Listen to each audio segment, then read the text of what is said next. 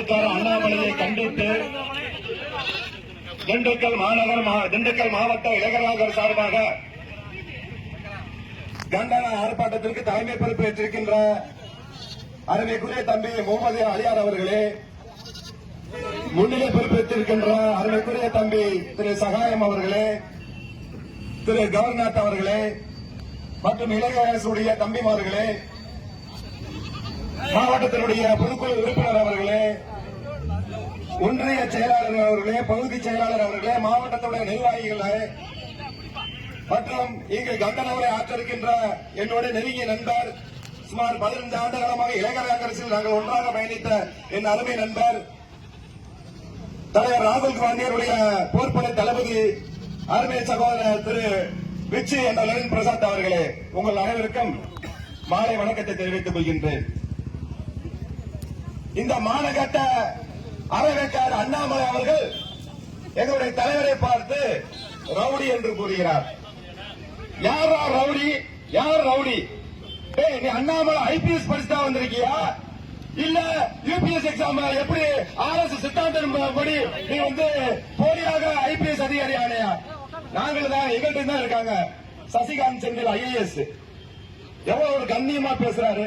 இன்னைக்கு அவர் எங்களுக்கு நேற்று உனக்கு பதிலடி கொடுத்திருக்காரு. யாருடா ரவுடி?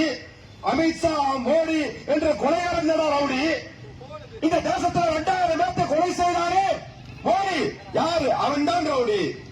அதற்கு உறுதுணையாக இந்த கொலையை நடத்தாரே இந்த அமித்ஷா, அவர் தான் ரவுடி. ரவுடிகளை வைத்து இந்தியா முழுவதும் நீங்க செய்கின்ற சேட்டைகள் தெரியாதா?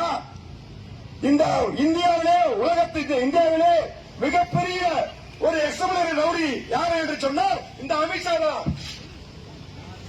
அதே போல பாத்தீங்கன்னா தமிழ்நாட்டில் கிட்டத்தட்ட 1937 வழக்கு இருக்கு. அது யாரு கேட்டா பிஜேபி. அப்படிப்பட்ட ரவுடிகளை வச்சுக்கிட்டு நீ என் தலைவரை பார்த்து பேசுறியா? நீ உன்னை நாட்கள் பண்றா தெரிஞ்சுக்க. நீ பேசுறியா? நீ இதே கர்நாடகால பாத்தியா, நாங்கள் தான் IAS அனுப்பிடுவோம். நீ போற இடத்துல தோல்வி. கர்நாடகத்துல பாத்தீங்கன்னு வச்சுக்கோங்க, எங்களுடைய IAS சசிகாந்த் செந்தில் அனுப்பியிருந்தோம். நீ போனிய கர்நாடகம் முழுசா முடிஞ்சிருச்சு.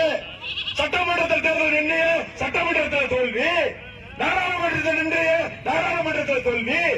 நீ யாரை பார்த்தாலும், எந்த அரசியல்வாதியை பார்த்தாலும் உள்ள வச்சிருவேன்ற, ஈடு எழுப்புறேன்ற, எவ்வளவுதான் நீ இந்த 6ஆம் மாசத்துல இந்த பாஜக ஆட்சி அவர் கவலைப்போது உன்ன சட்டியோட சிறைக்கு அனுப்பப்படும்டா. அண்ணாமலை, நீ மட்டுமல்ல, இந்த மோடியும் அமித்ஷாவும் சிறைக்கு செல்வது உறுதி. என் தலைவர் ராகுல் காந்தி அவர்கள் பிரதமர் பதவியில் அமர்ந்தால் நீங்கள் சிறைக்கு போறீங்க. பார்லிமெண்ட்ல என் தலைவரை பார்த்து பேசுறதுக்கு வக்கில்லாத நீங்க, என் தலைவரை பார்த்து பயந்து நடுகிற நீயே. அமித்ஷா சொல்றாரு ராகுல் காந்தியை உட்கார சொல்லுங்க, எனக்கு பயமா இருக்கு சொல்றாரு. அப்படிப்பட்ட இந்த தேசத்துல சுதந்திரத்தை வாங்கி கொடுத்தது காங்கிரஸ் பேர் இயக்கம்டா. ஆங்கிலேயே விரட்டி அடித்த எங்களுக்கு உன்னை மாதிரி துச்சாப்பைய அண்ணாமலை எச்சரிக்கிறது எவ்வளவு ஆகும்? உன்னை என்ன கேட்டாரு? உன்னை பத்திரிகையாளர் பார்த்து கேக்குறாங்க, ஆரோக்கியா வழக்கு என்ன அப்படின்னு கேக்குறாங்க. அதுக்கு பதில் சொல்றானா? அப்படி இருந்து கேட்டா செல்ல பிறந்த ரவுடின்றாய். உன் கட்சியே ரவுடியை வச்சுக்கிட்டு கட்சி நடத்திக்கிட்டு நீ யாரை பார்த்தா நீ சொல்ற? அதற்குரிய நண்பர்களே, நாங்கள் நிறைய பேச வேண்டும்.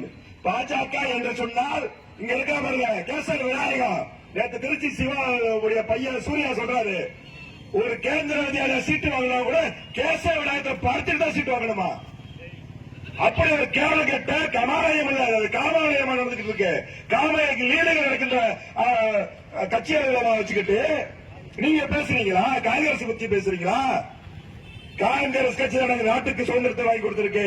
எல்லா கட்சியிலுமே தலைவர்கள் உயிர் கொடுத்ததில்லை. ஆனா என் கட்சி மட்டும்தான், காங்கிரஸ் தான் தலைவர்கள் பலி கொடுத்த தொண்டர்களையும் இந்தியாவையும் காப்பாற்று என்று சொன்னால் அது எங்களுடைய காங்கிரஸ் பேர் இயக்கம். அப்படிப்பட்ட நாங்க இயக்கத்துல வந்த எங்களை பார்த்து நீங்க கேட்க புண்ணாக்கு பயணியே. இன்னொரு முறை நீ என் தலைவரை பத்தி பேசுறேன்னு சொன்னா கண்டிப்பாக நாங்கள் சும்மா இருக்க மாட்டோம். வருங்காலங்களில் உனக்கு தக்க பதிலடி கொடுப்போம். இங்க இருக்க பாஜக காரங்க என்ன செஞ்சாங்க? எப்ப பார்த்தாலும் பதட்டத்தை கொடுக்கலாமா? என்ன பதட்டம்? உனக்கு தானே பதட்டத்தையும் பயத்தையும் கொடுத்துட்டு இருக்கோம் நாங்க. என்ன மக்களுக்கு இல்ல, மக்களுக்கான கட்சி காங்கிரஸ் கட்சி. அப்படி மக்களுக்கு பதத்தை கொடுத்தா எங்களுக்கு எப்படி வாக்களிச்சிருப்பாங்க? இன்னைக்கு பாத்தீங்கன்னா தமிழ்நாட்டிலே பாண்டிச்சேரி 40 பார்லிமெண்ட் வெற்றி பெற்றிருக்கமே. எப்படி மக்கள் எங்களுக்கு பயந்து வாக்களித்தார்களா? எங்கள் நன்மதிப்பை பார்த்து வாக்களித்தார்கள். உங்களுக்கு உங்க இடம் வாங்குறதுக்கு வக்கீல் நீயே எங்க பேர் எஸ்பிஎஸ்ல கம்ப்ளைண்ட் கொடுக்கிற நீயே. இந்த மாதிரி மாவட்ட தலைவர் துரைமுருகன் எப்ப பார்த்தாலும் பதட்டத்தை வச்சிருக்காரு அப்படிங்கிற. என்ன பதட்டம் வச்சிருக்கோம்? போர்ஜரி பயிர்களா நீங்க எல்லாம் இந்த காங்கிரஸ் கட்சி சொல்றது அளவுக்கு நீங்க வந்துருச்சு. நாங்கள் திருப்பி அடிக்கக்கூடியவர்கள். எங்கள் தலைவர் ராகுல் காந்தியுடைய கருத்தை வலுப்படுத்துவதற்காக இத்தனை இளைஞர்கள் இருந்து கொண்டிருக்கிறார்கள், மக்களும் இருந்திருக்காங்க. ஆகையால் இனி ஒரு முறை எங்கள் தலைவர்களை பற்றி பேசினால் இன்னும் பகிரமான போராட்டங்களை முன்னெடுப்போம் என்று சொல்லி வாய்ப்பு கொடுத்த மாவட்ட இளைஞர் அரசு தம்பிமார்களுக்கு நன்றியை தெரிவித்துக் கொள்கின்றேன். நன்றி, வணக்கம், ஜெய்ஹிந்த்.